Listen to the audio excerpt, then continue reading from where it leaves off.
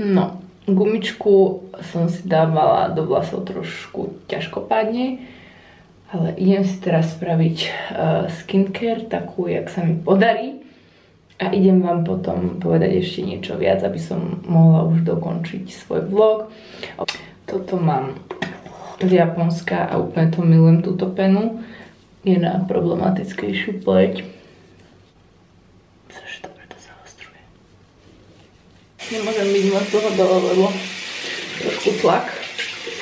A tú podprsenku treba nosiť tak dobre, fakt utiahnutú, aby tie prstia držala. Trošku sa vám poukazujem.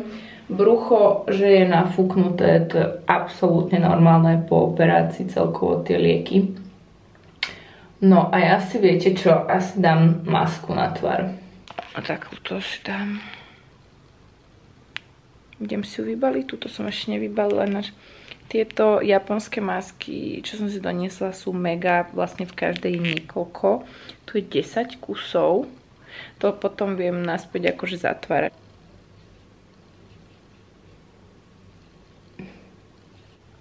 Mám tu túto svoju Motiva kartičku, brožúru a tam je vypísané teda, že aké mám implantáty ja. Že ideme sa na to pozrieť.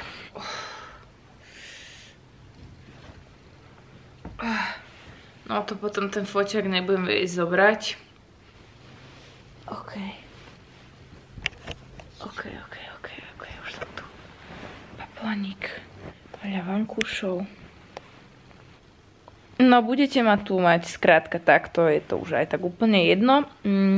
Som si pozrela videá, ktoré som natočila včera, aby som nehovorila to isté dvakrát, ale teda chcela som dodať, že mňa zobudili nejak 11:45, 12 cca a od 13. alebo 13:30 som nemala už infúzie, ani dožili lieky proti bolesti, aj som jedla. Takže ja len tak, že skrátka je to podľa mňa dosť individuálne. Záleží aj od toho, či je teda implantát pod svalom alebo pod žľazou. Ja mám teda pod žľazou, vraj je to o mnoho menej bolestivé, ale nie každému dajú pod žľazu, lebo nemá možno vhodnú kožu.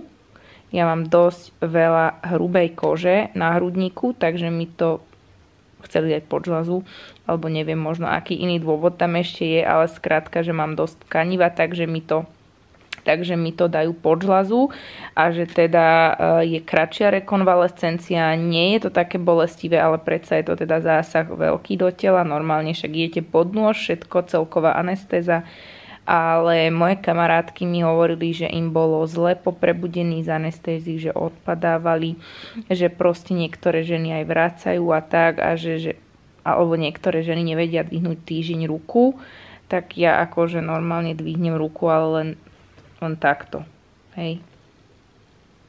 A normálne si viem umyť tvár, viem si dať akože ťažkopádne tú gumičku, ale je to teda z hľadiska toho, že nejaká asi tá bolesť, tak asi podľa mňa pod tú žľazu je to menej bolestivé. Čiže ja som nemala infúzie ani lieky proti bolesti. Asi hodinu a pol od prebudenia už. Vôbec nejak, že netočila sa mi hlava, nebolo mi zle, veď ja som si spravila večer takú miernu skincare rutinu a umyla som si zuby. A keby si viem sama naliať čaj, tak aj to spravím, ale nie, nebudem to hrotiť, pretože naozaj treba na to dávať pozor, aby sa proste moc neštengrovalo s tým prsným svalom. A treba naozaj mať dosť utiahnutú tú podprsenku, aj keď to bude možno túto pod pazuchou také nepríjemné, ale nechcete, aby sa vám ten silikón posúval, pretože táto podprsenka pooperačná slúži na to, aby tie silikóny proste držala pekne pokope. Všetci ma toľko strašili, nie že strašili, proste pripravili ma na to najhoršie a ja som, že ani 3% z toho nezažila. Čiže ja som mala ale najväčší stres vlastne z tej kanily, z tej infúzie, lebo ja fakt mám problém aj s odberom krvi. A prvá hospitalizácia vôbec v mojom živote. Dosť dobre som to zvládla. som vďačná, že mám zdravé telo, že môj organizmus to takto fakt výborne zvláda. Mám 27 rokov, tak asi aj za to proste, že ešte také mladé telo. Vôbec nemám taký pocit, že slon na hrudi. To veľmi veľa žien mi hovorilo, že budeš úplne mať pocit, že slon na hrudi. Nemám vôbec taký pocit. Akože cítim ten tlak, hovorím. Keď si sadám, keď sa postavím, jasné, že to cítim. Aj také zvláštne mrvenčenie v tých prsiach. A som taká, že čo sa deje, že či nenatrhávam to, alebo čo. Ale že to je úplne normálne. Ale fakt, že ja som sa zobudila na tej prebudzačke, na tej miestnosti, kde vás monitorujú a to bolo, jak keby som sa že dobre vyspala. Že dobrý, dlhý, nedelný spánok, kedy sa ti už moc, nie že už moc, že nechce sa ti ešte nejak prebudzať, vieš? A ja prvé 2 minúty a ja už hneď, vieš, takto paplo na mne a ja len, že sú tam. Yes, sú tam. Vieš, hneď som kontrolovala kopčeky. Môžem povedať, že super a veľmi som spokojná s tým personálom a poďme na prsia, lebo to vás akože dosť určite zaujíma. Takže mám, ako som už spomínala, motívy. Tu mám takúto svoju brožúrku. Be confident, you have motiva. Svoju kartu od prs. A mám, tým, že som mala nepomer, tak ho trebalo vyrovnať, aby tie prsia proste vyzerali rovnako. Čiže jedna strana je 300 a druhá strana je 320, ale obidve vyzerajú jak 300. A vľavo mám 300 a vpravo mám 320, lebo pravý prsník som mala o dosť menší. Ja by som vám najradšej tie moje holé cicky ukázala, ale nie. Až takto rebel som není. A to, keď trošku si to vzdialím, aby som mohla tuto vložiť nejak obrázok. Čiže moje prsia vyzerali predtým takto. Snažím sa byť autentická, tak jak mi to proste z tých úst ide, tak vám to poviem. Ja som vždy mala, že krásne prsia, vždy som to aj hovorila a nepáči sa mi, keď ma potom ženy, baby v komentároch chytajú, že ty si hovorila, že vždy si mala krásne prsia. Hej, hovorila, ale posledné 2 roky hovorím, že som s nimi už není spokojná, to prečo nespomeniete. Mala 20 až 25, tak boli plnšie, boli symetrické, ale vysadila som antiku a aj tak som asi 20 krát za 10 rokov pribrala, schudla, proste tie prsia sa menia. Vaše celé ženské telo sa mení, veď nevyzerám takisto, keď som mala 20 rokov, čiže to je úplne normálne, hej. A ja som ich chcela dať akoby do pôvodného stavu, plus, áno, aby sa dalo vidieť, že mám nejaký ten silikón, ale nechcela som preháňať, čiže som si dala tie 300. Ja to budem hovoriť, že som si dala 300, aj keď mám v jednom 320, lebo ten bol fakt menší, čiže oboje vyzerajú jak také 300. Mám demi projekciu. Máte, že mini, demi, ultra a full. To je to, ako je to vystúpené od tela. Mini je najmenej, demi je trošku viac, full je úplne stojace, ultra sú že extra, to sú asi tie úplne že také vysoké. Čiže ja mám tie demi a mám ergonomixy. Tu je to ergonomix round.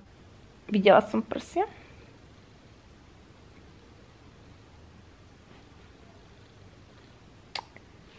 Akože halo.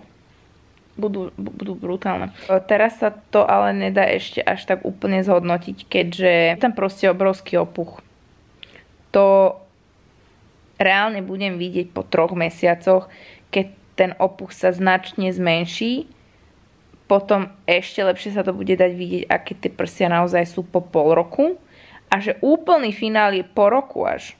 Prvé 3 mesiace budú opuchnutejšie a tým pádom budú aj trošku tvrdšie. Bola som veľmi spokojná, ale budem spokojnejšia, ak už nebudú opuchnuté, lebo teraz pôsobia trošku väčšie.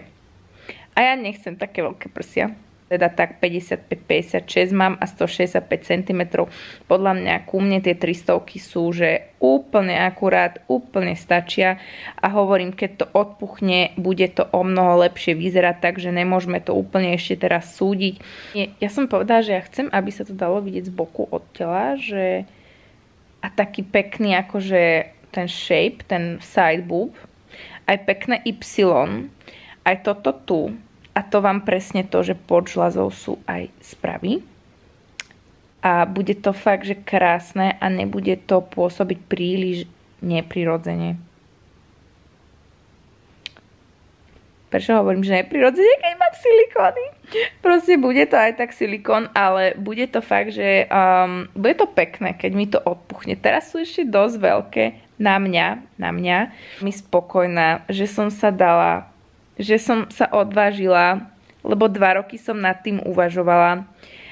A moja rada pre všetky vás je, ak vás čokoľvek začne trápiť a začnete naozaj nad tým uvažovať, prosím, nepočúvajte vaše okolie, vy sa rozhodnite, ako vy chcete. Nikto nežije vo vašom tele, vo vašej hlave, nikto, to je také klišé, ale nikto nechodí vo vašich šlapách a proste je to tak. Čiže vy sa rozhodnite, hej. Ak to není až také nutné, tak nechoďte. Ale ak nad tým roky uvažujete a vrta vám to v hlave a kúkate sa na tie prstia, že kedysi boli lepšie, alebo chcela by som ich väčšie, chcela by som ich menšie, chcela by som ich mať symetrické, tak do toho choďte. Už to fakt, že není to, čo to bývalo a vy ste videli ale efekt v podprsenke alebo vo takom napasovanom tričku. Keď som mala také napasované elastické tričko aj bez podprsenky, predsa tam tá podpora toho poprsia bola a nedalo sa to vidieť. Ale ja keď som teda ukázala kamoškám dôvod, lebo oni nevideli moje holé prsia, ale ja som im to vlastne hneď po operácii ukázala, že tak toto je dôvod, tak oni, že aha, už chápem. Že doteraz sme si mysleli, že fakt akože na čo ti to je, ale že chápeme to rozhodnutie, lebo je to vidieť. Naozaj tá technológia aj v tejto sfére ide popredu, takže keby niečo, tak všetko je riešiteľné. Že to stojí za to. Tak to boli naozaj moje veľmi úprimné, autentické postrehy a dúfam, že ste si to niečo z toho zobrali. A ešte raz hovorím, keď vám to není treba a naozaj to není také, že vám to brutálne vrtá v hlave, tak nechoďte. Ale ak sa vy budete cítiť lepšie, sebavedomejšie a budete naozaj presvedčené o tom, že hej, chcete, lebo proste vám to nedá, tak choďte. A nepočúvajte prosím nikoho. Moja maminka mi poslala litániu správu, že sa bojí, že sa nepreberiem. Nemôžete myslieť v živote na to, čo bude vždy najhoršie. Tak toľko odo mňa. Sorry, že takto, ale toto je normálne moja klasika, že aj na storke na Instagrame sa vám stále ukazujem veľmi často v maskách alebo nenamalovaná. A tak, jak ste ma videli natáčať sa včera po operácii, takto akože naozaj som bola, že najhoršie vyzerajúca. Ale je mi to úplne jedno, lebo žijem, som zdravá a mám nové krásne prsia. A ja dúfam, že teda bude všetko aj naďalej v poriadku. No a toto je ešte to, čo som vám chcela povedať k tým Motiva implantátom, že oni majú teda akože v sebe zabudované toto. Ja vám to nejdem čítať, lebo určite sa mi budete smiať, ale majú tam taký čip, no a keby sa niečo deje a treba vás snímať, alebo čo tak... hej, vedia sa tam pozisťovať, že čo máte za implantáty, keď nebudete mať pri sebe kartičku alebo čo. A tento môj Filip, to je fakt, že najväčší poklad.